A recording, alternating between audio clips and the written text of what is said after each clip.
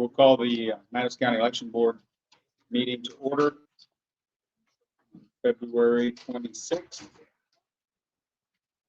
at 1:31 p.m. I'd like to introduce, for those of you who do not know, members of the board, Democrat Representative Tim Lannon, Linda Smith as your clerk, serving as secretary on the board, and I'm Russ Willis, the Republican representative. At this time, I would ask if there are any additions or corrections to the minutes of September 11th, 2023. Hearing none, I accept a motion to approve. I'll make a motion to accept the minutes from September 11th meeting. I second the motion. Motion made and seconded. All those in favor signify by saying aye. Aye. All those opposed, minutes are approved. Thank you. In preparing for this meeting, I consulted the Election Administrator's Manual for 2024. And I've got some sections of that I want to read, kind of set some parameters for the meeting so we can get through this in an orderly fashion and take care of the business before us. On page 10, they note that all meetings in the County Election Board are open to the public to observe, although the board is not required to provide the opportunity for public comment.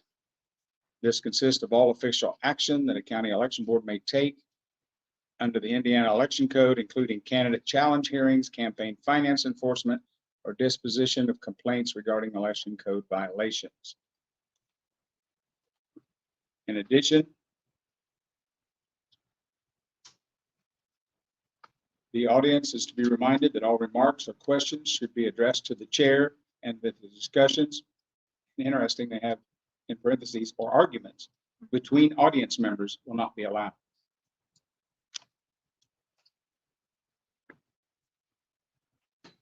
Those who are challenged and the challenger and the challengee are going to be allowed 3 minutes to state their case. You'll be asked to state your name and your primary address. You'll take an oath. And bottom line, there will be zero tolerance of the rules for disruption or speaking out of place. There'll be no warning, and there will be immediate removal from the room.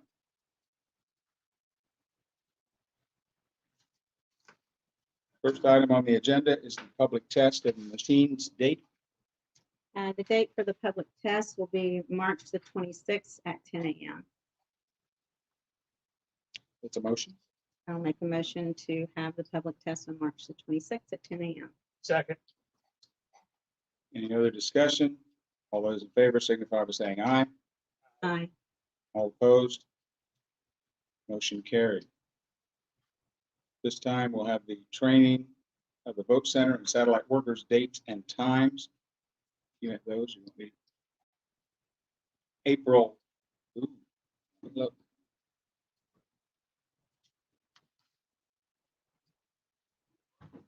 Training will be at the Mill Creek Center at 1 and 6 p.m. both days of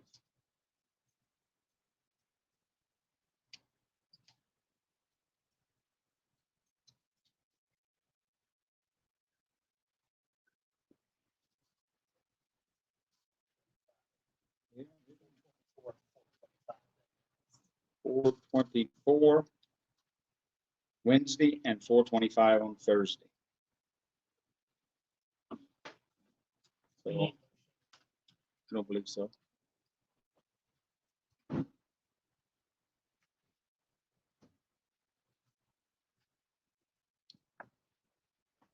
We have a proposal of a resolution that if you're a candidate for precinct commitment or delegate, that you would be on the ballot, but state law provides for a unanimous vote by the election board that those people can work the polls. At this time, what is the pleasure of the board?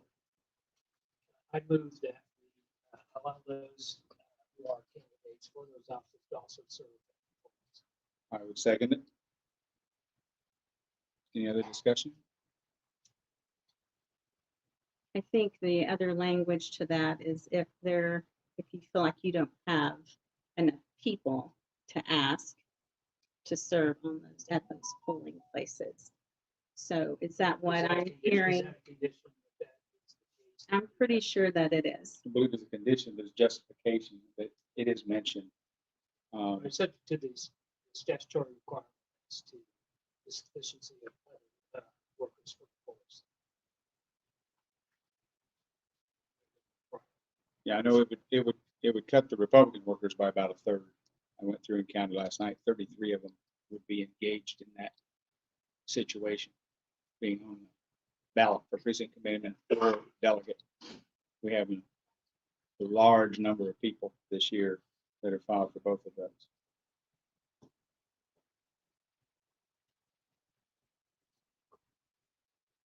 Care to table? Can we go ahead and table it if he already has a motion? And then- Go ahead. Yeah, I would have been, previous motion, they had the condition that those individuals would be required to work, or would be otherwise insufficient.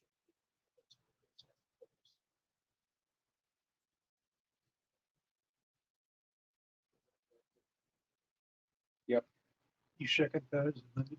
I second the amendment. All those in favor of the amended motion, signify by saying aye. Aye. Didn't pass unanimous, we will bring it up at another meeting.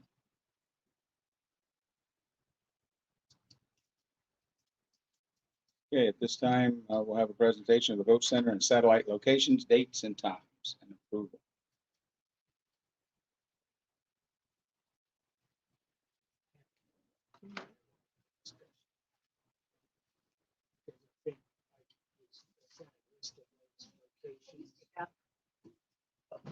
I have a comment to make about those locations.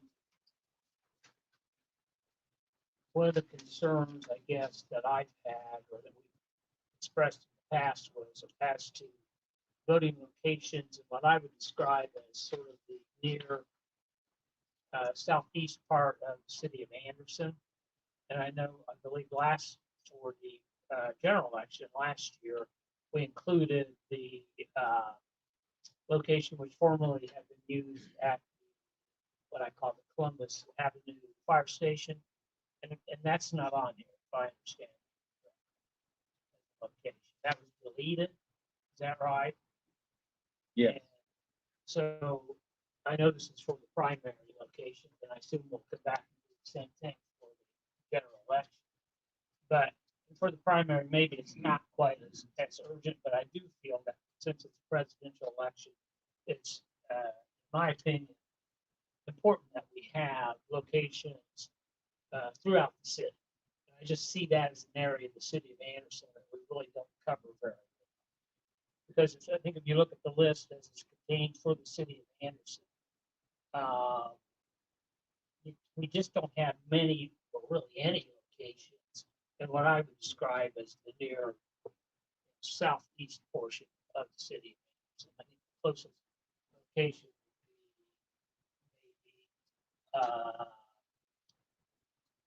Madison Park Church of God, but that is, oh no, I'm sorry, the Main Street Church of God. That's in the 4200 block, which is out past 38th Street. block. Lafayette Church is very much southeast. Well, but it's not really. Lethia is more, I don't really describe that as near the Understand? city core. That's farther out, farther east. I'm talking about the near south. The problem is availability of venues. That's our problem. I guess I'd ask, what happened to the fire station? There were a couple of things. The security of the machines came up, and we had to have special attention out there to make sure that we could secure the voting equipment, because it's a firehouse. It's not used any longer. Parking was also mentioned as an issue. It doesn't have the best parking. There are other places that have better. And then also that it seemed like the handicap accessibility was also not the best at that location. So that's why we took it out. What happened to the idea? I was thinking that the former 29th Street school was considered. But I guess that Yeah. didn't work out. Well, if we're going to have these locations for the primary, I guess I would just simply say that as we go to the general election, I'd ask that we continue to look for what I describe as near southeast Anderson. Yeah, we had North, If we could, we had Northeast Church at the mall, and that was a very low building. So we're trying to find a place. It's not working out. And then, of course, the courthouse is open for 30 days.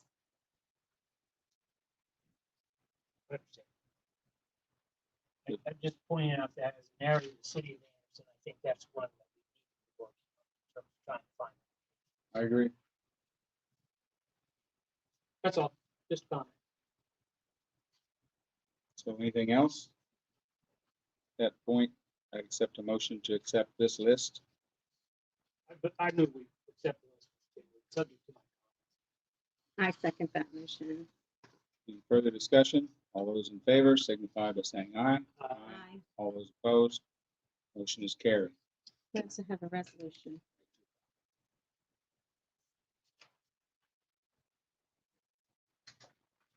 Okay. Vote Center Plan Amendment, Resolution number 2024, whereas the Madison County Vote Center Plan was duly adopted on the 7th day of September 2023, whereas Indiana Code 3-11-18.1-15 authorizes Madison County to amend the plan adopted with the County Election Board Order NIC 3-11-18.1-3 by unanimous vote of the entire membership of the board approving the plan amendments. And whereas the Madison County Election Board has determined the early voting locations of vote centers will be amended from the original plan as listed and attached here too, which is what we just voted on. We have therefore ordered the Madison County Election Board now adopts this order to approve the Madison County Vote Center Plan Amendment. Further, this resolution shall take effect immediately upon filing with the Indiana Election Division and may only be rescinded by unanimous vote of the entire membership of the Madison County Election Board. Adopted this 26th day of February 2024. This is what we have to send to the state to make the adjustments that we made from the 2023 plan. Is there a resolution number on that? 2024. It's 2024. 2025. I move approval of resolution 20-20. There's a, And it's resolution number 1. yeah, dash one. Yeah, I approve approval of resolution. thank you. Second. Been moved and seconded. We adopt the vote center plan amendment. All those in favor signify by aye. Aye. Any opposed? So ordered. Thank you.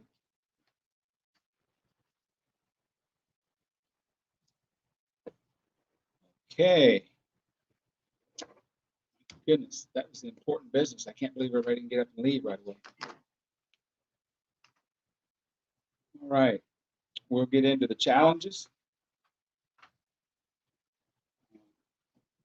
We have a couple of them that we'll start out with. The agenda, Michael Levi Alexander. I will explain this one.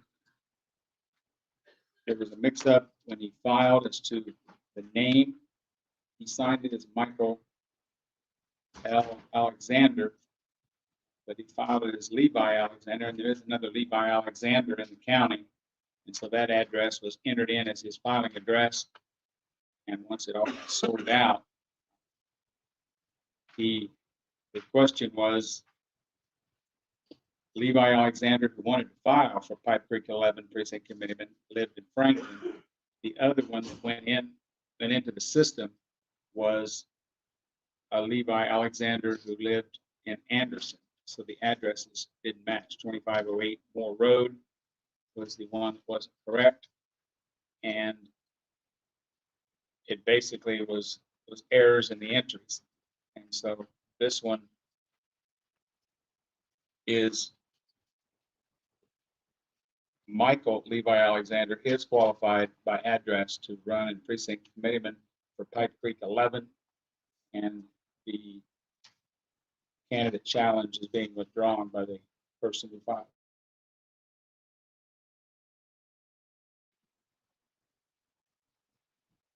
The next one is Garland Antrim. And there was a question as to the address that he filed using and the address where he's registered. The address where he's registered is 8562 North 900 West. The address on the filing was 8573 North 900 West.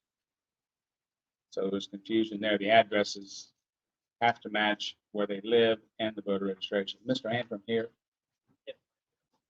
Would you want to speak to that, sir? Yes, If you would come up to the podium.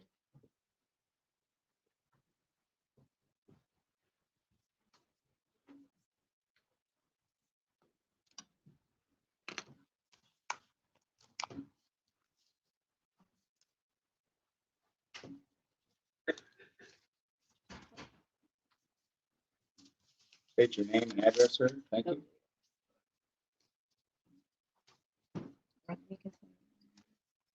My name is Garland Antrim.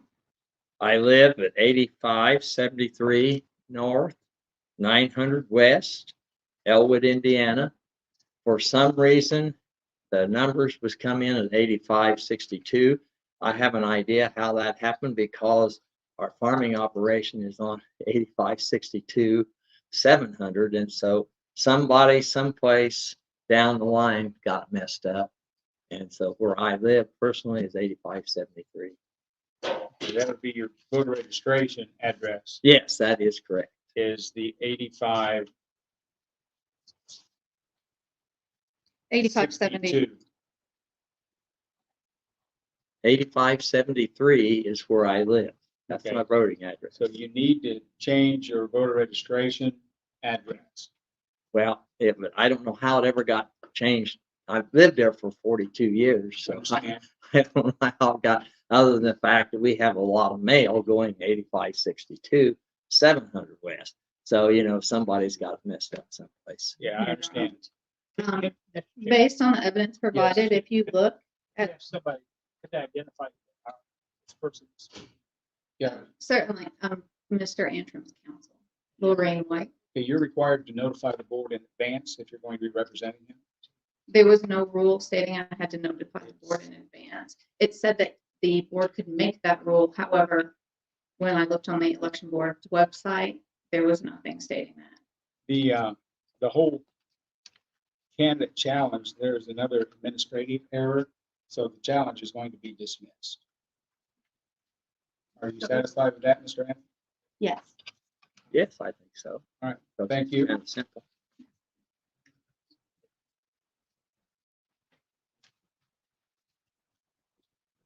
The next challenge is Tina Reed.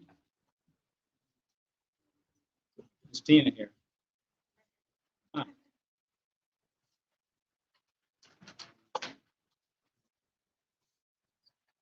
The narrative for yours is that your voter registration was pending when you filed until at least 2/12, so your filing is invalid. I'm Tina Reed. I live at 4437 Mellon Court. Super nervous. I'm not good at public speaking. Relax, it's all good. But I moved here from Arizona about a year ago to be with family, and my sister encouraged me to file for delegate. And so I realized on the 7th that, oh no, the deadline's on. I'm very big at procrastination, unfortunately. So I went to the DMV and changed my driver's license, and I went on the website, changed my address, and then I filed because I couldn't file with my old address because that was fraud, I was told. So so then I got this in the mail, and it's dated February 8th, and I filed on February 9th. But, so anyway, that's where the issue. I didn't realize the rule of the 7-day pending. So, Yeah, once you change your address, it goes into a 7-day pending. They mail out the card, and then if they don't get the card back, then it becomes active after 7 days. I wasn't aware. Oh, I'm sorry. I have the You can card. I bring didn't the card realize in that. voter registration, and you came in on the 9th. I think I was in the room when you came in. Yeah, I think Yeah. you were. You're sitting right behind me. So you went over and tried to get it resolved, but you hadn't gotten your mail that day, and probably by the time you got the mail, the office would have been closed. Yeah. So in that pending period, no one can file for office. And that's what the challenge I is. didn't realize that. So like, I was just, you know, I said, I've been in Arizona for the last 10 years and for some reason I moved back to, today I like it. Sunday, not so Give it a much. couple hours of change. I know, I've lived here 40 years. It's just one of those things, that's the regulations and the laws on voter registration, is that during the pending period, you cannot file, because you have to be an active voter. And I know that. Sure. And I hate to use the old cliche, but ignorance of the law is no excuse. Right, exactly. Anything else you want to add? No, that's all I have.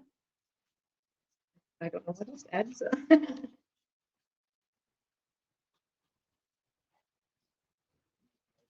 I need a motion. I move that the challenge be sustained. I second that. It's been moved and seconded that the challenge be sustained. No, for So next year. sorry. Or- No worries, I'll know for next We have a election. Convention in 2026. All those in favor? Aye. Aye. Aye. Thank you. Take care. The next challenge is for John Smith. John, are you here? No, he's in Florida. Mr. Smith's voter registration address does not match his filing address as required. The address that he declared was 3712 North 300 East. His voter registration address, current as of the date he filed, was 15 Wind Ridge, Anderson. I'll make a motion that we approve the challenge. Motion made to uphold the challenge, second. All those in favor signify by saying aye. Aye. Motion carried. The next one is for Grendel Dupree Hamlet. Is she here? Challenger is Terry Austin, Democrat Chair. Do you have anything you want to add? Challenge. Yes. We have the party rules of the Democrat Party, about eligibility. She has not voted in primary nor in general elections. And according to the state party rules of the Democrat Party, rule under membership in Party Rule 8, Section C1, a party member may only be a candidate for precinct committeeman or state delegate if, number one, his or her most recent primary in Indiana in which the candidate voted was in the Democrat primary. They hadn't voted. So by the party's rules, she's not eligible. I move we sustain the challenge. I'll second. Moved and seconded, we sustain this challenge. All those in favor signify. Aye. All those opposed, motion carried. David Cunnington. Is David here? Okay, his is for precinct committeeman in Anderson Township 2. And the reason is he does not have 2 consecutive Republican Party primary votes as required by IC 3-8-2-7, 4A and B in Indiana Republican Party rules.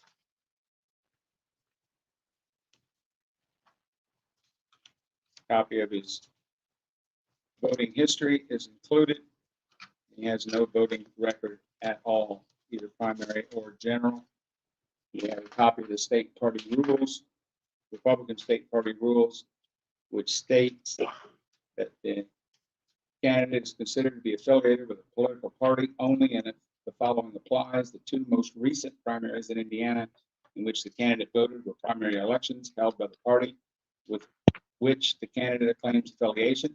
If the candidate cast a nonpartisan ballot in an election held at the most recent primary election in which the candidate voted, a certification by the county chairman under clause B is required. There was no certification by the party chair. Lorraine White, counsel for Mr. Cunnington. Mr. Wallace has challenged Mr. Cunnington on the grounds that he, and I quote, does not have 2 consecutive Republican Party affiliation primary votes as required by IC 38274 AB and Indiana Republican Party rules. First, to clarify the test, in both the Indiana Code and GOP rules is not that a candidate has 2 consecutive party Republican Party affiliation primary votes. Instead is whether a candidate casts Republican Party ballots at the two most recent primary elections in Indiana, which the voter voted. I've attached the relevant language for the board as Exhibit 1. The record provided by Mr. Willis does not show any vote history in the 1970s. This vote history was likely destroyed prior to digitization. This means the only evidence the board has to rely upon is Mr. Cunnington's affidavit showing he is a devout Republican. As you're all aware, Indiana Code and the GOP Party Rule 3.3 renders the vast majority of Hoosiers ineligible to run for office based on their voting record.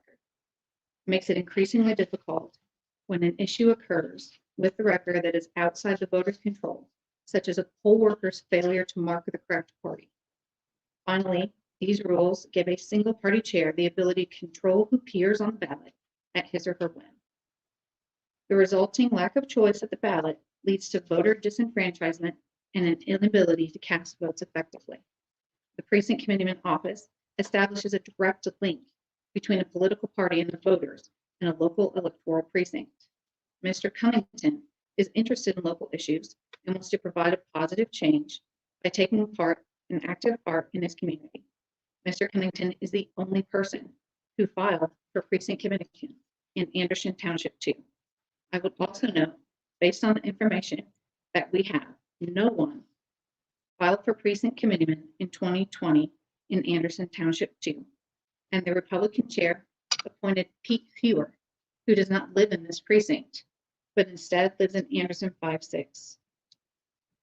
Here, Mr. Willis is clearly unable to show Mr. Cunnington's voting records for the 70s and has not provided the board with the evidence required to substantiate his allegations and meet his burden of proof, and this challenge should be denied. Mr. Cunnington would request that you deny the challenge by Mr. Willis and that his name remain on the ballot.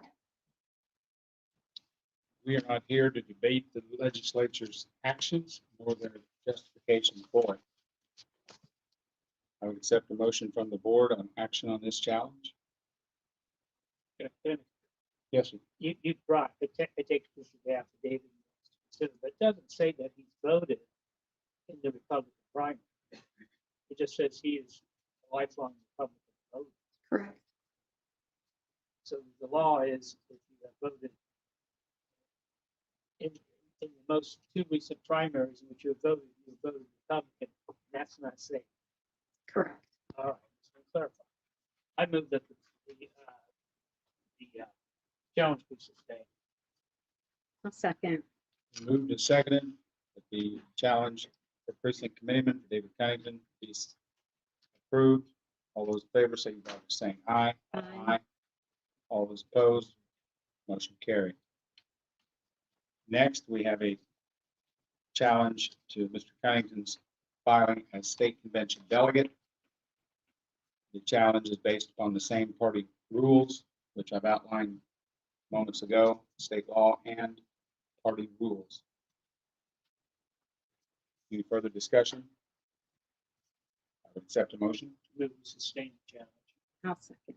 It's been moved to sustain the challenge for David Cunnington on State Convention Delegate District 2. All those in favor signify by saying aye. Aye. Aye. All opposed? Motion carried. The next challenge is Rodney Belangi. Rodney here?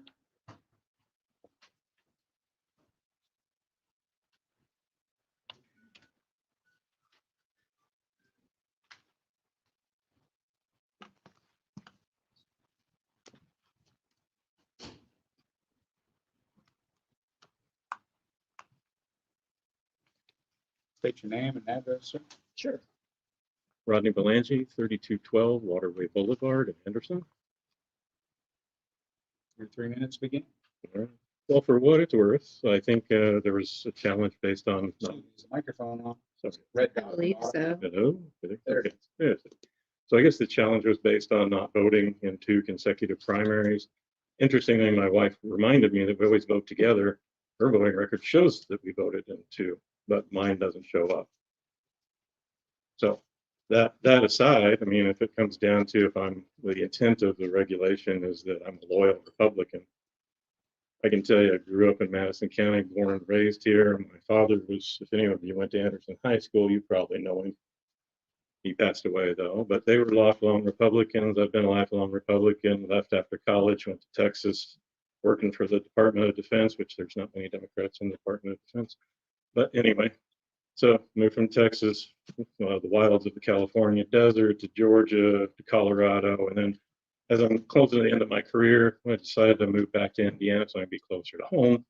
And just thought I'd do something for the community, way to get involved, something to do in my retirement years.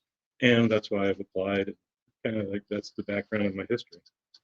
So I'll let y'all take it from here. Now the rules say one thing, but if the intent is, am I a good Republican? I'll tell you, I think I am. And I'm sure there's people that would probably doubt that Mitt Romney or Liz Cheney was a good Republican, but I think they voted that she was not. So Welcome back to the community. no thanks, sir. We have to go by the records of the registration. It's more than rules, it's a state law, it's a statute. Now, I don't agree with the statute. Right. It's the law, and we have to follow the law. Well, the law's there, but there's also the intent of the law. The intent of the law, it's clear, it's clear, you have to have. No. There's two ways to qualify. A law's put into place for one reason. And what is that reason? Is the reason We that, need to follow the law. I see. So I move. Based on the evidence presented in front of the board, Mr. Belangi does meet the requirements. You'll see in Exhibit 2, the packet of information provided, an affidavit by Mr. Belangi submitting where he attests he voted in 2 Republican primaries in 1980 and 82 before moving to Texas. When Mr. Belangi returned to Indiana, he again voted in a Republican primary in 2023. Neither the statute nor the GOP rules places a limit on the time between the candidates' 2 most recent primary elections in which the voter voted. The affidavit, such as this, provided by Mr. Belangi, is utilized as evidence by the Indiana election boards and Indiana state courts. As I'm sure that you're aware, voter registration records and voter histories were digitized in 2023. And since that date, IC 37263-22 requires that a primary voting records only kept for 10 years, and anything older must be destroyed. The records provided by Mr. Willis do not show any voting record prior to 2023, and this voter history was likely destroyed when digitized. This means the only evidence this board has to rely on is Mr. Belangi's affidavit showing he does meet the requirements laid out in Indiana Code and the GOP party rules. Since Mr. Willis is clearly unable to show Mr. Belangi's voting record for 1990 and 1980 and 1982, he's not provided the board with the evidence required to substantiate his allegation and meet his burden of proof, and the challenge should be denied. So unlike the prior affidavit, this affidavit does say he voted in Republican primaries in Indiana in 1980 and 82. Correct. So those would be I guess it would be the 1982 primary, then would be the most recent Republican primary. He most also- recent primary which he voted. Is that He also correct? voted in 2023 in the record provided to you by Mr. Yes, Willis. that would be Correct. Correct. not just free. Correct. But there is no record of the voting before 2023, and the records statewide were digitized 2008, 2006, somewhere back then, not 2020. If I understand the law correctly, the test is for the individual declarant for the office. The test is in the 2 most recent primaries that they have voted, did they vote in the party primary for which they now seek to hold office or to run for office? And I think his testimony is he has. Correct. But there's no evidence to that in the system. Well, there's no evidence in the system, he's brought an affidavit. And I don't know about See the that? system, I don't know about the, yeah. It's part of the paperwork that was provided to you as well, Mr. Willis. I didn't get the paper. Never seen it. Did you pass it down? I apologize.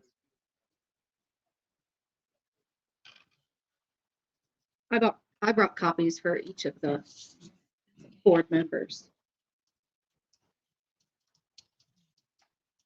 We have to rely upon the state voter registration system.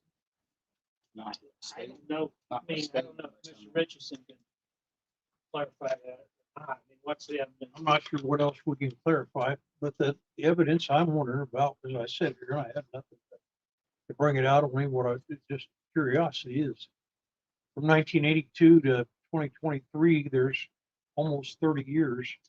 Was there any effort to try and show that you had voted Republican down at the Mr. in Belanger Texas? Mr. Melange moved out of state, and the requirement in both the party rule and the Indiana code is that he voted in Indiana. So votes out of state would do us no good.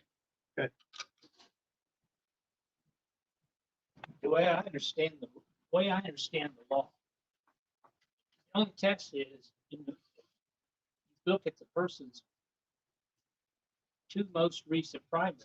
No matter how much gap of time is in between those two primaries, if they voted in that party's primaries for which they are declaring a candidacy, then they're qualified. We don't know what happened in those others, right? We don't they- actually know what happened in 80 or 82. I'm not going against what you're. No, correct. The I'm only saying- record that you have Can I now speak, please? is Mr. Belange's affidavit. You want to hear me speak? No. We don't have 80 and 82, right? But we do have an affidavit from the gentleman that says he did that. But we don't have any definitive proof that he didn't do that.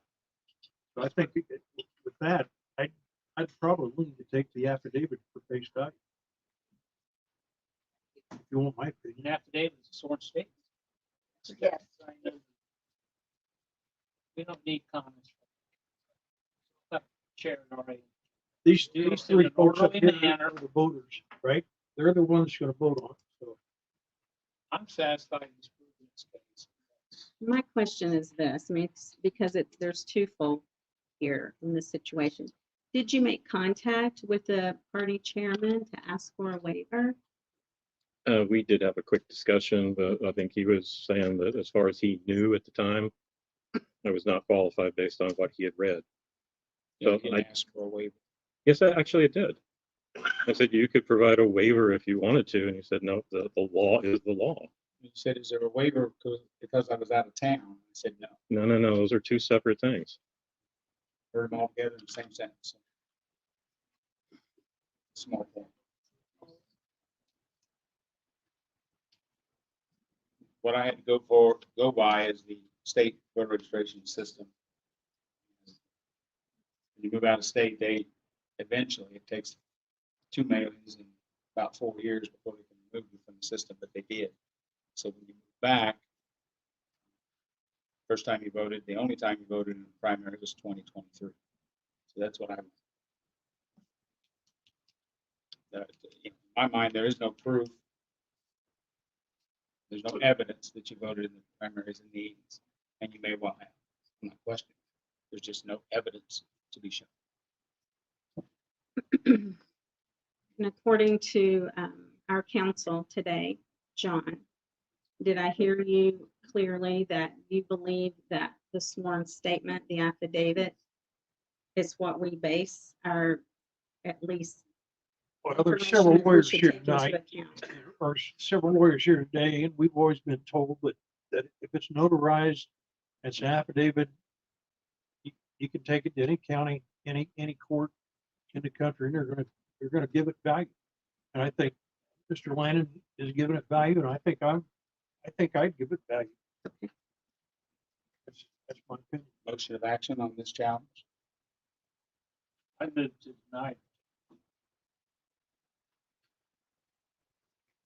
Okay, I'll second that motion. All those in favor of the motion? Aye. All those opposed? Aye. Motion carried. Thank you all. Welcome. Appreciate it. Next one is Jeffrey Shoup. Sorry if I pronounced it wrong.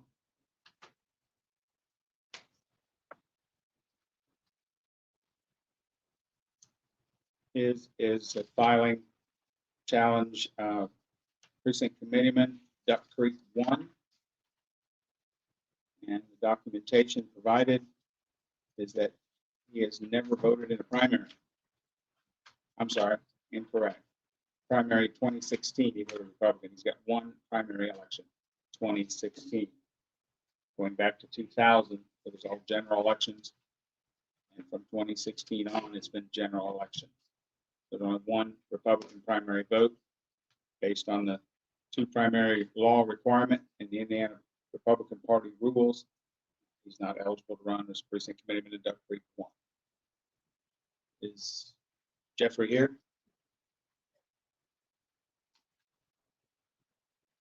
Hearing nothing from him. Any discussion among the members? I move we sustain the challenge. Is there a second? Second. Motion to sustain and second. All those in favor signify by saying aye. Aye. All those opposed, motion carried. Next is Trevor Lee Savage.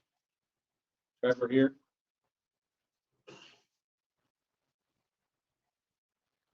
We have a challenge for him running as precinct committeeman in Anderson 6-3, and also for Republican State Convention delegate in District 2. If it would please the board, we can deal with both of these at the same time, unless you see a reason to deal them separately. Mr. Savage does not have 2 consecutive party primary votes as required by IC 3627AB and in Republican Party rules, and his registration addresses do not match from where he says he lives and his registration being a different address. So we actually have 2 issues, primary one being the 2-party consecutive primary law I'll make the motion that we uphold the challenge. for both Republican precinct committeemen Yes, and perfect. state delegate. Yes. Thank you. He's not here. No, he is not. He's not here. I'll second. All those in favor signify by saying aye. Aye. Any opposed? Thank you. Motion carried. Next one is Mitzi Doan. The Kathy Shu. I'm Kathy Shope, but I prefer to have the lawyer speak for me. His wife. We may be able to resolve this otherwise. You go ahead and I'll wait. In looking at the paperwork for Mitzi, she failed to mark the party that she wanted to run in on both precinct committeemen and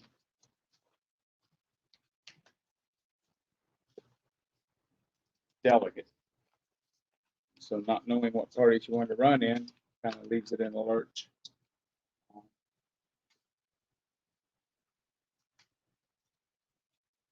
There is a question as to a chairman's letter, waiver, but we're not going to dive into that.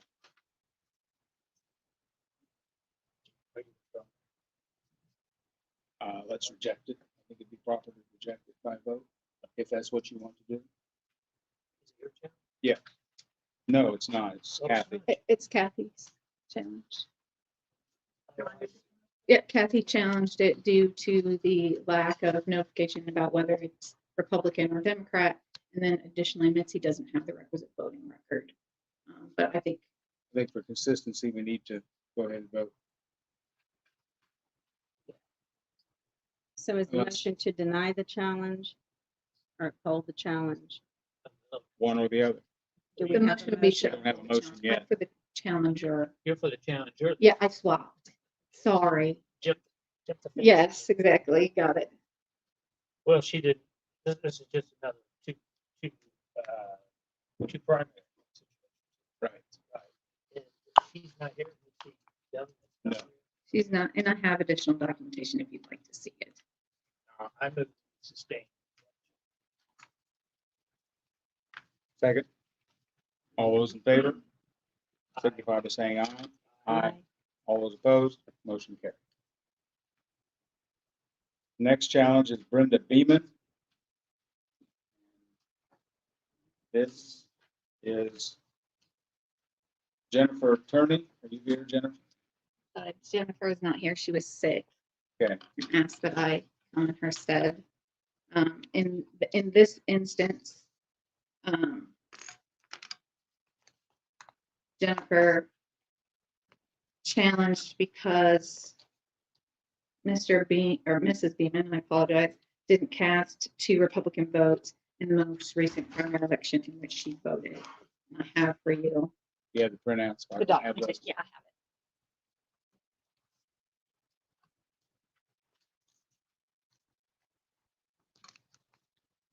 Once again, I provided the Indiana codes as an exhibit for you, and then additionally her voter record. As you can see by the attached voter record, Ms. Beeman does not meet the eligibility requirements to run as a Republican precinct committeeman. Her voter history shows she voted in a Republican primary in 22. However, in 2020, she voted in the Democratic primary. Pursuant to Indiana code and the GOP rules, she's not eligible. I also was unable to find any waiver that would have been attached to the form. I move we sustain the challenge. I'll second. All those in favor signify by saying aye. Aye. Thank you. All those opposed, motion carried. The next one is for Nicholas Freeman. And the narrative on this says that the candidate's CAN 37 does not comply with the statutory requirements for filing. No county is declared. That's at the very top of the candidacy form. Mr. Freeman? Yes, hi, Nicholas Freeman, 2003 State Street in Anderson. First and foremost, I made a very simple mistake. I left off the county, my precinct committeeman filing. However, I did successfully file for state convention delegate for the Republican Party, where that error did not exist. Secondly, I firmly believe that there is the requisite intent, that even if it was not on the form, my intent was clear that it was to be Madison County. First and foremost, my township is correct. My precinct is correct. My residency matches the township and the county. Fourth, it was notarized in the Madison County Election Office, and it was filed with the Madison County Clerk. I believe that the requisite intent renders it being missing as moot effectively. And then even if it is not moot, I would argue that it is not fatal to my filing, as everything else in the form as declared is correct. Thank you. I did consult with our counsel on this one. If John, if you want to talk on Mr. Freeman's challenge. Yeah, the 2 things that when you start to look at this, that we saw as we looked at the statutes, one, and this goes away from election law, it goes back to contract law, so that the attorneys here probably understand it. You look at the 4 corners of the document. 4 corners of the document, you look at his address, you look at all the other stuff that is on there. He's not going to be in any other county than Madison. That's the first part. The second part, and I did talk with Brad King down in Indianapolis about this, is you start looking at it when there's an omission, and this may come up later, but when there's an omission for some reason, you look to the materiality of the omission, of whether or not it goes to the materiality of whether or not he's a candidate and going to be somebody that's going to be on out of the vote. You don't look to see, if it was a mistake and you can see that it didn't hurt the rest of the application, then you let it go. So I think your points are well taken from me. I think there's a lot of stuff here that says this is Madison County. You're in Madison County. You're trying to step forward and do something for Madison County. I think it's clearly Madison County. I guess the question I had on this, John, was, we sort of serve as a quasi judicial Sure. body on these challenges. And the form does say his address is 2003 State Street, Anderson, Indiana, or Anderson, 46012. I think we can take judicial notice that that's That's a good point. I might not go with that because I didn't think of it. Well, No, I'm changing. no. You're right about your other points too. I just didn't think that serious. No, I think, that's a good point. My thought is this. I agree with Nicholas, and he filed in Madison County, clearly. This was the county he intended on filing in. It is an omission error. I think that's easy to see. So I would move to deny the challenge. Was the challenge or not? I haven't asked. Mr. Smith here. It's- I'll second the motion. All those in favor signify. Aye. Aye. Challenge has been denied. Thank Thank you. you so much. The next one is challenged by Tony Hewitt against Dan Paddock for precinct committeeman Stony Creek 2. And this is a similar case of he did not date the date that he signed, but the notary noticed. In the statute, it says that date, say, and it is date. This is Yeah. one, excuse me, Tim, I'm sorry, go ahead. No, you're right. I talked to Brad King on this one, and I also conferred with our attorney, and they agree that the notary makes the difference here. This individual appeared before the notary when he signed, and so it's an omission, and I would move to deny the challenge. Second. Is Mr. Hewitt here who filed the challenge? You have anything to say, sir? Thank you. Mr. Paddock, are you here? You have anything to say? All right. So it's been moved and seconded to deny this challenge. All those in favor signify by saying aye. Aye. All those opposed? Same sign. Motion carried. Challenge denied. The next one. Take the county commissioner challenge first by itself because of the nature. Marquise Higgins, filed for County Commissioner District 2.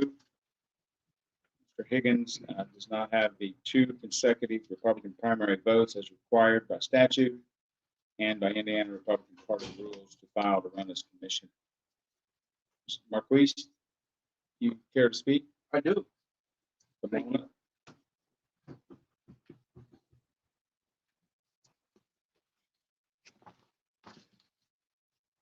State your name and address, sir. Marcus Higgins, 920 West H Street. First, I wanted to thank you for the opportunity to contest this challenge. Secondly, the challenge stated that I didn't comply with the 2 primary rule for the party. But I guess that 2-party rule is more of a modest test. That is a state statute that is to establish whether or not I'm a Republican or my party affiliation is there. When I filed this paperwork, I did not check the 2-party rule or the chairman approval part of it. And the reason why I didn't do that was because the chairman had already certified me in 2023 as being a Republican in good standing. So much so that I was able to run for the city council in District 6. So I didn't understand why I'm even being challenged as to whether or not I was certified as a Republican in good standing. So I'm asking my party chair, am I not a Republican in good standing? That is not the question here, sir. But I'm asking you. It is based on the law of 2 primary Republican votes and the state party rules. To run for office, you have to have 2 consecutive primary votes. It's not about in good standing with the party. But I was certified to run. In As a- 2023 and only 2023, as it stated on the form. How do you lose your certification as far as party affiliation from days or months from election to election? You didn't lose it. It ended the end of 2023 as stated on the form. I'm just trying to understand how do you lose You your didn't party? lose it. So I'm still a Republican, is what you're saying? Yes. In good standing. At this time. No, as of December 31st. For this year, that's not come into question. What's in question right now? No, it's not. It's your primary votes according to law that's required for you to run for a political office. just for clarification, I'm the one that filed the challenge in case there's a question. And I guess that's what I'm trying to understand. You certified me last year, Yeah. but you filed a challenge against me this year. That Because really you do doesn't- not qualify under the law. But we're just addressing this particular challenge, right? Yes. Okay.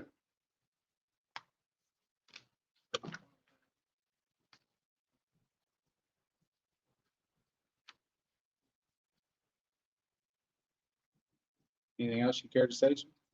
I think I've said everything that I had in question. As a reply, you do not qualify under the law for 2 consecutive Republican primaries. That's all there is to it. Simple.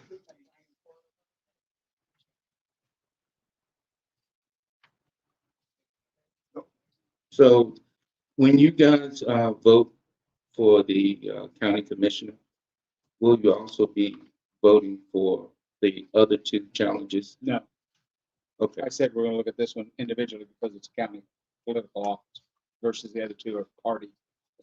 so I should wait for the vote? Do you want me to? You can stay right there, it's fine. Cool. Do I have a motion? I move to sustain. I second it. All those in favor signify by saying aye. All those opposed, motion carried. Now for Mr. Higgins, I did. Yes. we have precinct committeeman challenge for Anderson 6-2. And it's the same justification. He does not have 2 primary votes as required by law and Indiana Republican rules, which I've outlined and provided copies to the board members previously.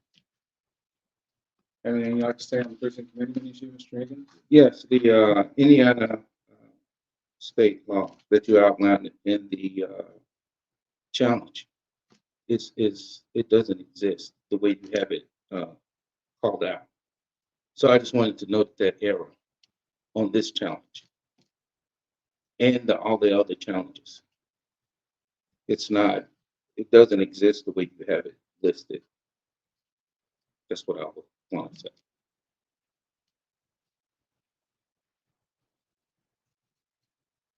I mean, you can verify that or not. Well, it's a combination of the state law and then also Indiana Republican Party rules, which states that the law and their rules. Just say that on the challenge. It says the statute and then it also says state party rules. State party rules says that the chairman has to verify whether or not I was a Republican in good standing.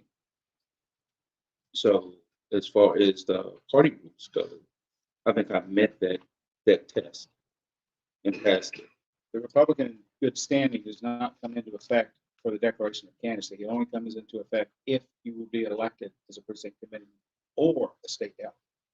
But the precinct committeeman only requires that I have 1 primary that I have voted in. No, it requires 2. The Indiana Republican Party rules requires 2 consecutive primaries. That's when I'm running for a public office, That's not for a delegate or committeeman. I have it right here if you want to read it, sir. State No. party rules. No.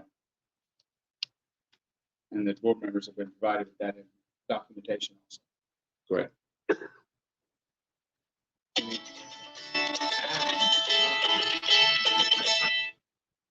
Good thing I didn't say turn your phones off. Anything else, sir? No. I move to sustain. Second, Been moved and seconded to sustain the challenge for precinct committeeman. All those in favor signify by saying aye. Aye. All those opposed, motion carried. State delegate challenge from Mr. Higgins, based on the same information. Statute requires 2 party primary consecutive votes, and also Indiana Republican Party rules requires the same. Anything you want to deal with? It's not signed or notarized.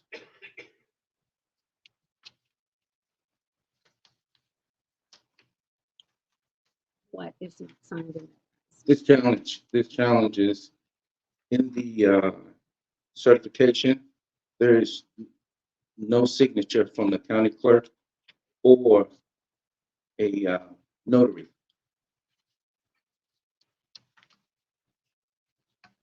Into your office.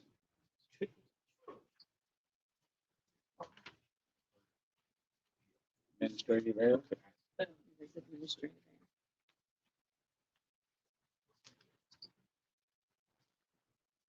He's right. That's right. Challenge the- Yes, yeah.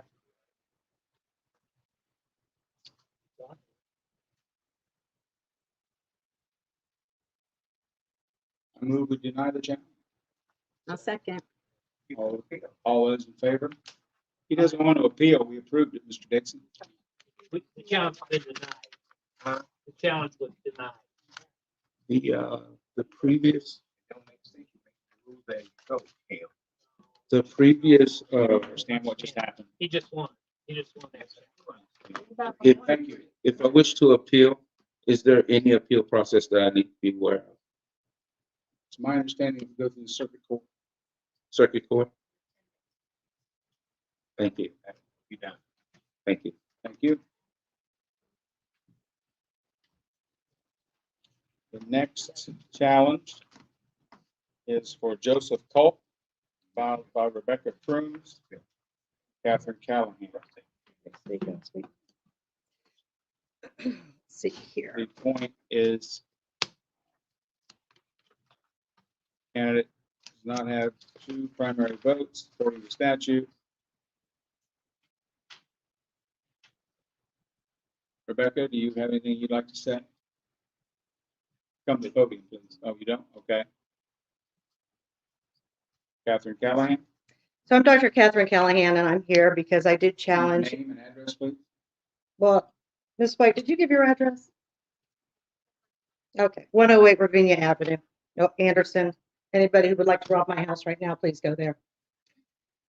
So, let's see here. So I'm challenging Joseph Cole as he only has 1 primary vote in 2023 as a Republican. He registered to vote on January 9th of 2023. He fails to answer his party affiliation under question number 3, according to Indiana Code 3-8-2-7, Section 7, number subsection 4. A statement of the candidate's party affiliation for purpose of the subdivision of candidates considered affiliated with a political party only if and any of the following applies. A, the most recent primary election in Indiana in which the candidate voted was primary election held by the party with which the candidate claims affiliation. B, the county chairman will sign off. The political party with which the candidate claims affiliation is left blank. The declaration of candidacy must inform candidates how party affiliation determined under the subdivision and permits the candidate to indicate on the declaration of candidacy which of causes A or B apply to the candidate. If a candidate claims party affiliation under Clause B, the candidate must attach a candidate declaration of the written certification of the county chairman required by the Clause B. These 2 areas must be marked in order to confirm statement of the candidate complying with all requirements under the laws of the Indiana to be a candidate for the above named office.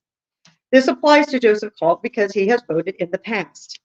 On the back page of the Can-To form, he should have actually put a line through number 12, or simply put not applicable, knowing that that area has not been addressed. He has a signature date of 9/30/2005 as to when he signed this form. Therefore, this form is invalid. With the discrepancies between the 2 dates, it violates Indiana Code 33-4-2-13-3. Section 3, commission as a notary public does not allow a person to do the following. Take the acknowledgement of a record without witnessing a signature or receiving acknowledgement from the principal that a signature is authentic. With the discrepancies in the dates from the candidate and the notary, one would conclude that the candidate failed to sign the document in front of the notary, which is a violation. Also, according to Indiana Code 33-42-9-7, Section 7, a notarial act may be formed by the following individuals. I do not see where a notary can assign the notary to another member, and they may use someone else's seal and stamp and just initial this under the code. So I do not even know if this is a valid notary according to Indiana Code. I do have those codes, and I am not an attorney. I practice medicine. Therefore, his form should actually be denied to be on the ballot because he has failed to answer the questions and complete the process. Right on. Based on the two primary requirements, I would move that we deny this filing and sustain the challenge. I second. All those in favor? Aye. Aye. Motion carried.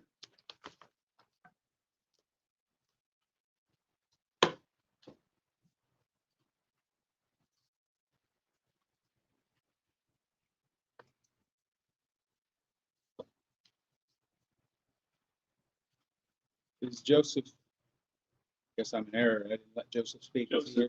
Was not able to be here. I wanted to speak in that regard for him. Go ahead, sir. She's right. Joseph did make an error on the date, put his birthday. I'm sure that everyone knows he wasn't born that day. Or- The other thing about the two primary challenge, I just wanted to put them on the record for him. The two primary challenge is, as we've heard in the past, is to determine whether he's a valid Republican or not. Joseph was 17 years old when he voted in his first primary as a Republican. He's voted in 100% of the Republican primaries that he was capable to. The only concern he had is he thinks this new law is faulty, whereas the original law doesn't have an age limit. It only says a registered vote. Everyone knows you have to be 18 to vote, but he only has one primary, which he actually voted when he was 17. We're So- not here to debate the law. It's I legislative. understand that. I just told him I would put that on the record for you. Good points, good points, but. Thank you. That's it, right. And I do agree with Mr. Culp's statement. It does put 18-year-olds in a bad position. I completely agree with you, Mr. Culp. Okay, the next challenge that we have filed by Rebecca Crooms and also by Catherine Callahan is on Todd Culp for county auditor. And the narrative says that the candidate failed to initial certification statements. The candidate did not file under legal name Robert T. Culp. If Rebecca. Yes, I just wanted to say a couple things. Yes, I was just name in and address. Rebecca Crohn's, I don't give my address, I live in Anderson. But It's on the form. the reason why we were looking at these forms was I was interested in the process for the community. We, the people, have been left out of this political process here and how we do things. Filling out these forms is not an easy task. And I was just wondering, I had saw on the news, not only just here in Indiana, but another state where people were left off were taken off the ballot just for checking a box. Now, I'm not aware of the law as intently as you are, Mr. Willis, but I just wanted to see how much power this board has if someone fills out a form incorrectly and didn't have time to correct it. If you had the ability to okay that, like you did just a few minutes ago, where it was obviously a mistake. So my intent was for that, just to look at how we process these mistakes and other misgivings. Nothing against the candidates. So I just want to make that clear. Thank you.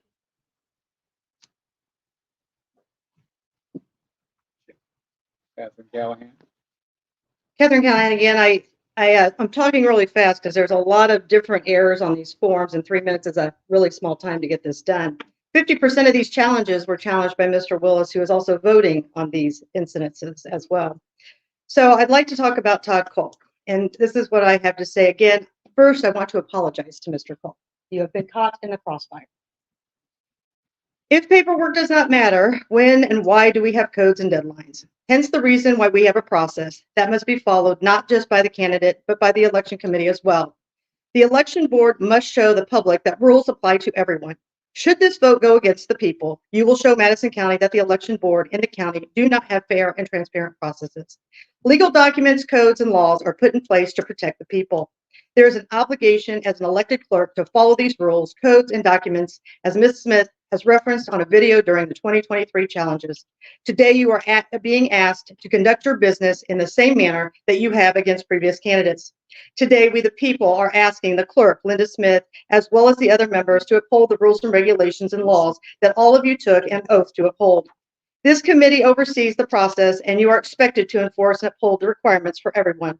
The theme of the election board are the rules of whatever Russ Willis makes them is a disservice to Madison County voters. I would like to take a moment to remind everyone on the committee and in this room, county election boards do not have home rule powers to adopt its own elected laws. County election board administrators and state election laws within the county. The board holds primary responsibility to conduct elections in accordance with state law. The county election board must follow the election laws. Todd Culp failed to follow and complete the process. A completed Can-2 form was due February 9th of 2024 by noon. It is the candidate's responsibility to make sure the form is completed in its entirety. According to Indiana Code 3-8-2-7, Section 7, subsection D, a statement of the candidate must separately initial each of the statements required by the subdivision. Mr. Culp has failed to initial every item under the candidate certification number 7 through 13 on the Can-2 form. This fails to meet the requirements of Code 3-8-2-7, Section 7, subsection, a statement that the candidate acknowledges each item with his or her initials. A simple marking of any kind does not qualify as a fulfilled requirement. Therefore, his candidacy form is incomplete, hence leaving him ineligible to run as candidate in Madison County. In conclusion, he should be disqualified from the ballot. Secondly, Todd Culp changed his voter registration name on January 3rd, 2024, going with Todd Culp from Robert Culp. He went as Robert Culp from October 10th of 2005 to January 3rd of 2024. He voted Democrat in 2011, but has otherwise voted Republican. Indiana Code 3-5-7-3 defines one's name under Section 3 as used in this chapter. Name refers to any of the following. 1, an individual's given name. 2, an individual's surname. 3, an individual's middle name. According to Indiana Code 3-5-7-4, candidate's legal name, Section 4, for the purpose of the placement of a candidate's name on the ballot. Again, there's several challenges on here. He's got several areas. So, I mean, there's the code number. You can follow it, you can't. My biggest issue is he is saying that his name is Todd Culp. That's what he's going on the ballot, but he signed this document, Robert Culp. What is his name? Because if his legal name is Todd Culp, he should sign the document Todd Culp, not Robert Culp. And that's another section, according to Indiana Code 3-5-7-6, subsection C. His signature is not written the same as what he is signing this. So if you go to see? Thank you. Okay. I did confer with our attorney on this one. Yeah, you actually have the code right. 3-5-7. Clearly, this was put into the statute in 1999. Indianapolis challenged it, went to the Supreme Court, and the statute's clear.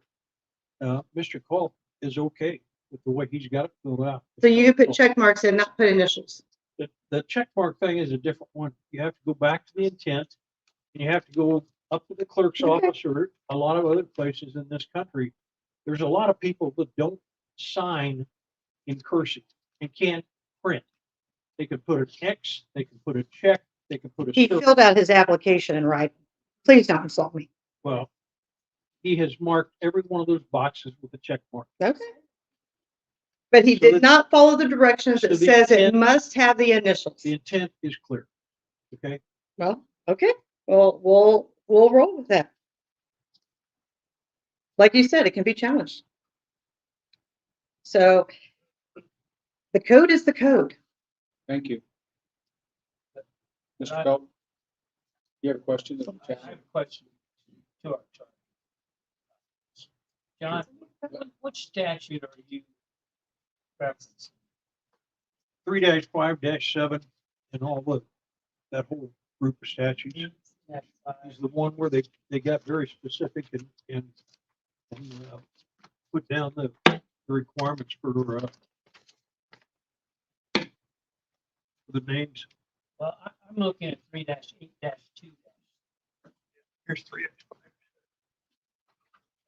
I'm looking looking at, which caused me concern because it does use the term initial. That's, And it's not, I agree with your argument on intent, and that was my initial thought too, was just like, when we look at a ballot, try to fulfill the intent of the person voting, correct? So that's not an invalid standard by which to go. I understand. And we're really dealing in technicality. well. But, no, wait, hear me out. All right, sorry, please. sir. Hear me. Sorry, sir. But, You've got that question, don't you? but the issue is, what does the statute say in this case? Regrettably, in my mind, it says that for those portions of the declaration, quoting, the candidate must separately by initial. Tim, I did Candidate talk must separately to, initial each of the statements required by this subdivision. I mean, I know what it means to initial something. It's not to check. okay, I'm sorry, I'm going by the law. I did confer also with Brad King. He is the expert that we would call and talk to when we had questions. And he said that he agreed that the intent was there, and that should be something that we certainly consider, intent. There are other things, just like on number 13, he checked on that one. He also followed up and had his financial statements timely filed. So the intent, if that wouldn't have been checked or initial, the intent was there, he did it. Okay, whether he initialed it or not, he did it. So that's a follow through Well, on that. I don't think for number 13 on the form, I don't think it has to be initial.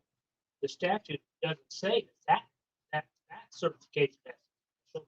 It just says the statement has to be on the declaration, and it was. So,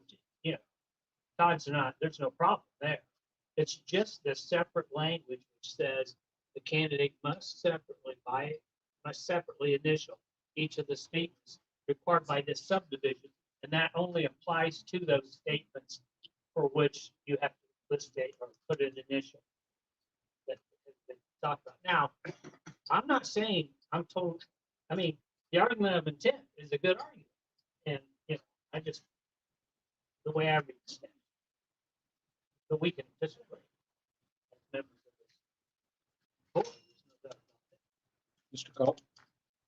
Name and address. My name's Todd Culp. I live at 146 Nursery Road here in Anderson, Indiana. I'm going by Todd since birth.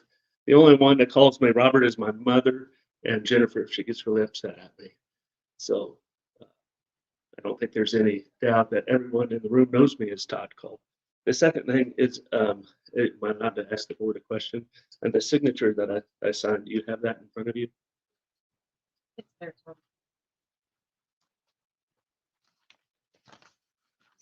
Can you read my signature? Well, it looked like to me it was Robert. You don't know? I initialed the back of that form too. You just can't read it either. Thank you. I don't have a problem with the name aspect, but I think they're wrong.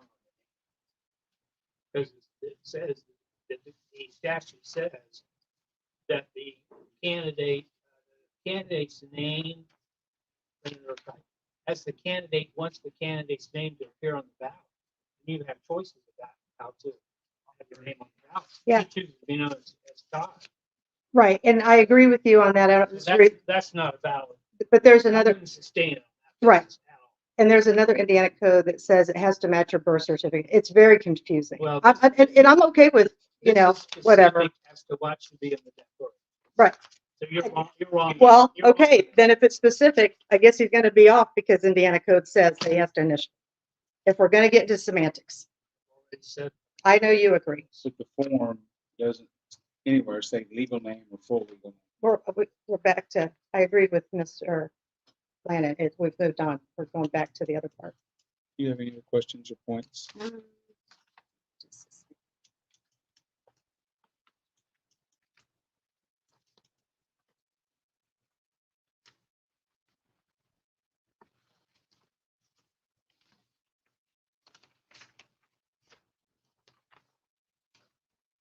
So again, John, according to my counsel here, the intent is he intended to make the mark showing that Made a mark. initial each one.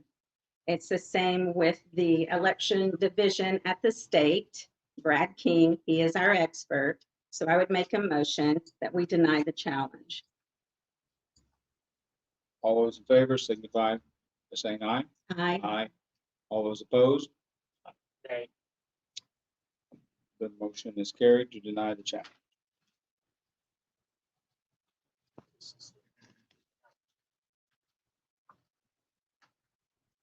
The next challenge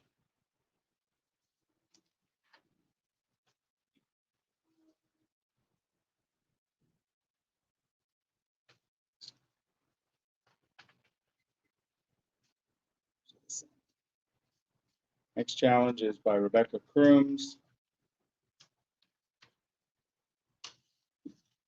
and by Catherine Callahan to John Richwine.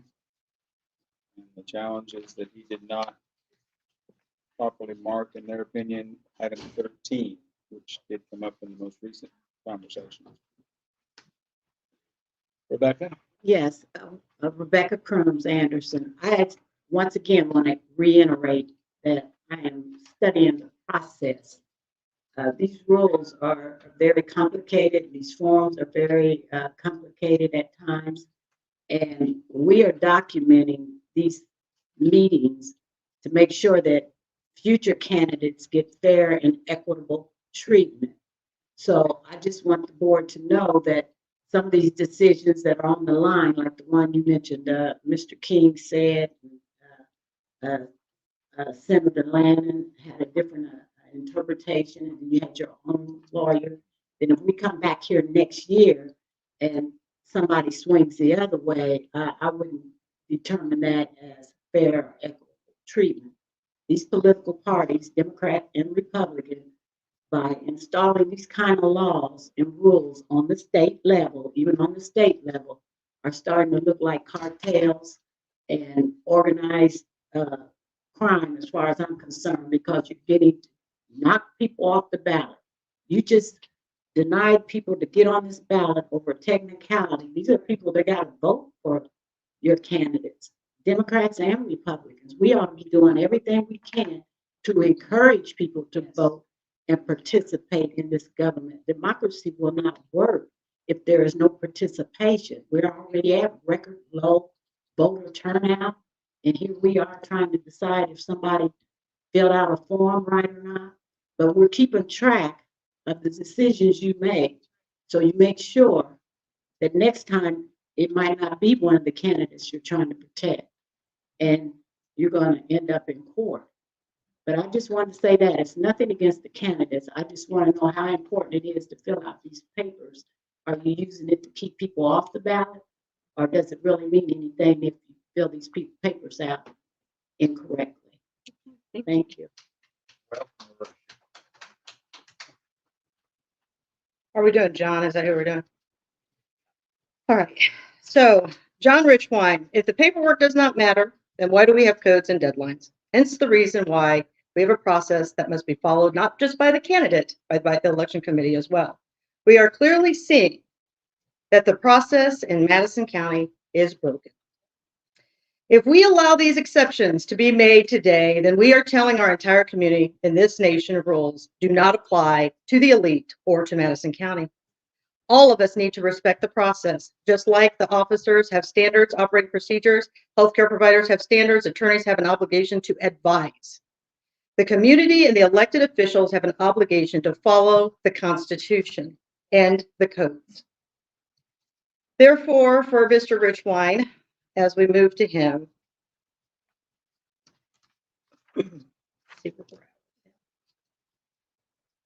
The county does not have home rule, and I'm going to say this again, they do not have home rule powers to adopt its own election laws. County Election Board administers the state election laws within the county, which we just saw Indiana code was made for home rules here. The county election board must follow the election laws. John Richwine failed to follow and complete the process. A completed Can 2 form was due February 9th, 2024 by noon. It is the candidate's responsibility to make sure the form is completed in its entirety. According to Indiana Code 3-8-2-7, Section 7, Subsection D, a statement of the candidate is aware of the provisions of Indiana Code 3-9 regarding campaign finances and reporting of the campaign contributions and expenditures. 2, he agrees to comply with the revisions of Indiana Code. The candidate must separately initial each of the statements required by the subdivision. Mr. Richwine has failed to initial number 13 on the Can 2 form. This fails to meet the requirements of Indiana Code 3-8-2-7, Section 7, Subsection D, a statement of the candidate. Therefore, his candidacy form is incomplete as well, hence leaving him ineligible to run as a candidate in Madison County. In conclusion, he should be disqualified from the ballot. Before the vote is cast today, the people need to ask Russ Willis be removed as a vote, as he actively campaigned against John Wishrine's opponent, Lisa Rinker, and was actively on numerous times asking her to withdraw from the race. With Russ Willis having such an active role in Richwine's campaign to win, he should recuse himself from this vote. Honestly, he should not be able to get to vote of any candidate in which he has been challenging. We are already aware that Mr. Richwine does not follow the reporting rules for finances. Richwine's financial forms are incomplete as well. The paperwork requires that the form is filled out completely and honestly. Richwine did not check the most important box of the whole form. The financial section, perhaps this is due to the fact that his financial reports are incorrectly filled out. He does not place addresses on those documents as required by law. The candidacy form is incomplete and he must be disqualified from the ballot. And for Russ Willis to cast a vote today shows a gross conflict of interest. This committee also is supposed to be making sure people adhere and follow campaign finance enforcement. Mr. Richwine shows a pattern that he does not fill out finance campaigns correctly. And now here we are with his candidacy form not filled out correctly. Should he pass today, anybody who has been fined or has had repercussions because forms have not been filled out correctly clearly might have a case. Today, you will show the community is correct. They have talked about ballots pre-made and not accounted for. They have struggled with the power outage of the 23 election, and suddenly when power came back on, the people who were in the lead had lost. As a matter of fact, the results were disseminated before the power came back on, which is a concern for everyone everywhere. If a person forgets to cast a vote on their ballot, do they get to take their ballot back? Or do they get to mark a different box? Thank you. No, you're welcome. No, he's not. He's out of town. So the difference with this challenge is that in fact, the form you talk about in the policy, it's not required. You know, at this point, I'm not really sure what the law I is. thought you had the statute, Well, it says that you're supposed to initial each section. right? That's not That is, ma'am, that is subsection 7 right. of the statute. Mhm. And what you're talking about, language number 13, tracks subsection 9. Mhm. Okay, the subsection 9 does not require an initial. So you don't have to fill out paperwork. You have to You can certify. you can do whatever you You want. have to certify, Okay. and the form is signed. I certify the information. This declaration of candidacy is true and complete. I meet the specific requirements of this office to sign. I believe that's Mr. Richwell's signature. I don't know. It's notarized, so he certified that statement. Okay. The law does not require it to be official. Okay. So he doesn't. So I have filed campaign finances. He doesn't have to agree that he did that. He certified. He signed. He was required to certify that statement. But it says initial here We're not here to applicable. challenge whether he filed his reports correctly or incorrectly or any of that. We're here to judge, did the declaration follow the law? It did. Okay. Your challenge should Okay. I move. I'll second. Moved in second, to deny the challenge. All those in favor, signify by saying aye. Aye. Any opposed? Motion carried.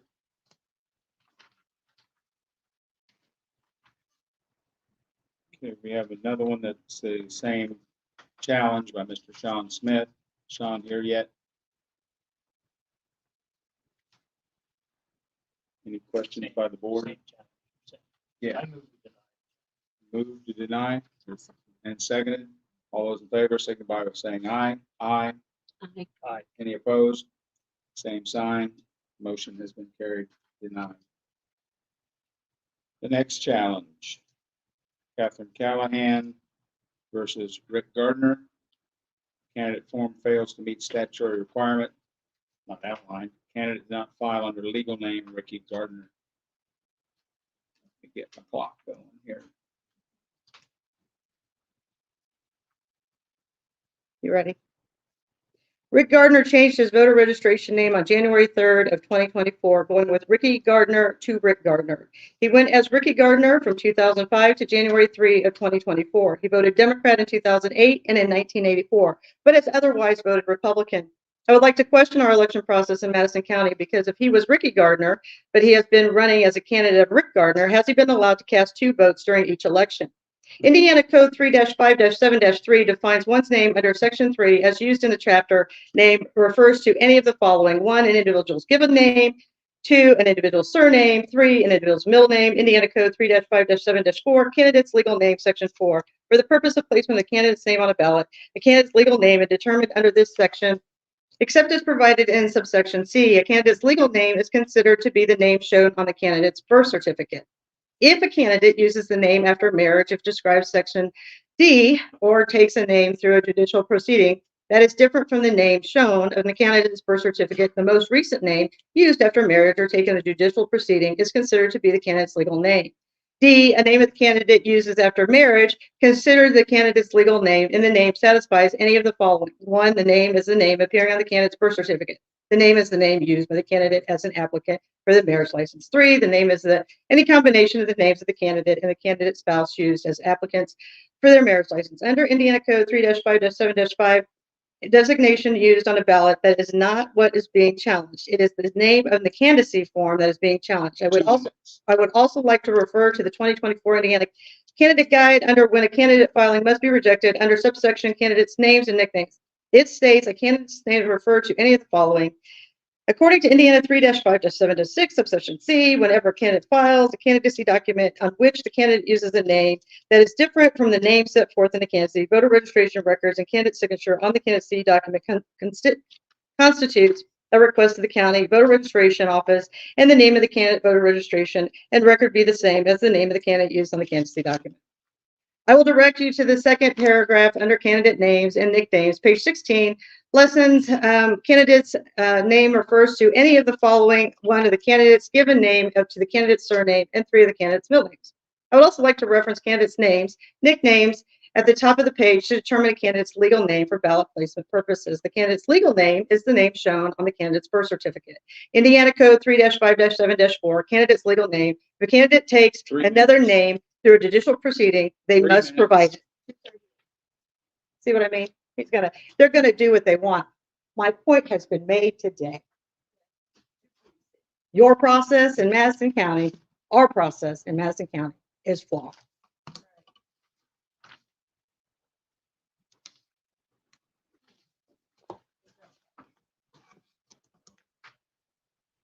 Mr. Gardner, do you wish to speak?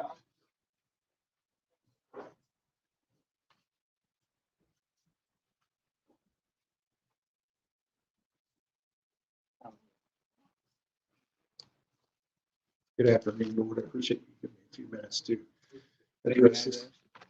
Rick Gardner, 2119 East 38th Street, Anderson, 46013.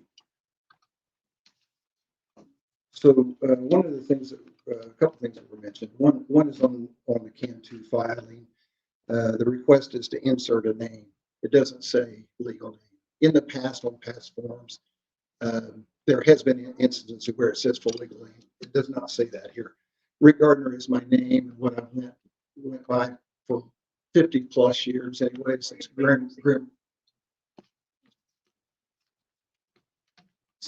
school, 50 plus years.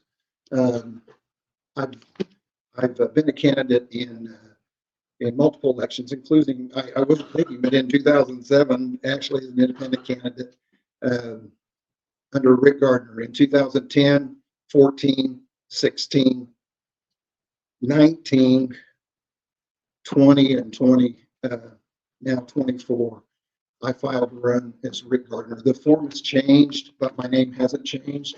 I've been on the ballot in primaries and general elections for all those years. So 12 times I've been on the ballot as Rick Gardner. I own 11 pieces of real property here in Madison County. Every one of my deeds read Rick Gardner, Rick G. Gardner. The piece of information down here at the bottom, it actually says, I request my name to appear on the primary election ballot in the following manner. And then the first designation it can be any of these 5 items, and one of those 5 items is the candidate's nickname. Gardner the same way, which is my last name. It also says below that there seems to be some controversy on the name of voter registration. It goes on to say, I also request that my name on my voter registration record be the same as what the declaration of candidacy. I signed that form on the back, but I did go to voter registration knowing that was going to be a requirement. 2 minutes. Changed it on my own. Thank you. You got 1 minute. Oh, I'm good. Have you ever run as Ricky Gardner? No, I've never known this is crazy. no. I do get that occasionally if I go down south and see family members that I haven't seen in many, many years. Or as Mr. Call mentioned a while ago, if your parent might get on to you when you're a little child, they would use all 3 But names. if your legal name is Ricky, first whatever, you choose to go as Rick, and that is your nickname. Have for 50 plus And you're years. allowed to- Thank you for And your this is time. another one that or that I conferred with our attorney on. I don't know if you want to repeat. Yeah, it goes what you back said down to the same before. statute, the same statute that she was citing. You can run Clearly can run with the different names. the candidate's name, type in as the candidate. Once the candidate's name appears on the ballot, you choose to appear as Rick Gardner. I do. I also did talk to Brad King from the state. He is our expert on this, and he agreed that Rick could go by Rick Gardner, not Ricky, on the form. I moved to deny. I'll second it. Moved and seconded to deny the challenge against Rick Gardner. All those in favor signify by saying aye. Aye. All those opposed, motion carried. Thank you for your time. At this time, is there any other miscellaneous business to come before the commission? I would accept the motion. Move we adjourn. Second. Move to second, we adjourn. Thank you for your attendance and your civil actions. Thank you. That's all she wrote. Here's what's going to happen. I need to get off here and I need to find out what's going on from Henry County. We will be live tonight at 9 p.m. and the feed is already up. I will post it on here. The link is already up to tonight's video, so you can go on and watch that. But we will be up and ready to go tonight at 9 p.m. See you there. We'll have a lot of commentary about today. They're completely nuts in what happened in a lot of cases today. So we'll go from there. You guys take care. Thanks. God bless. We'll see you tonight at 9.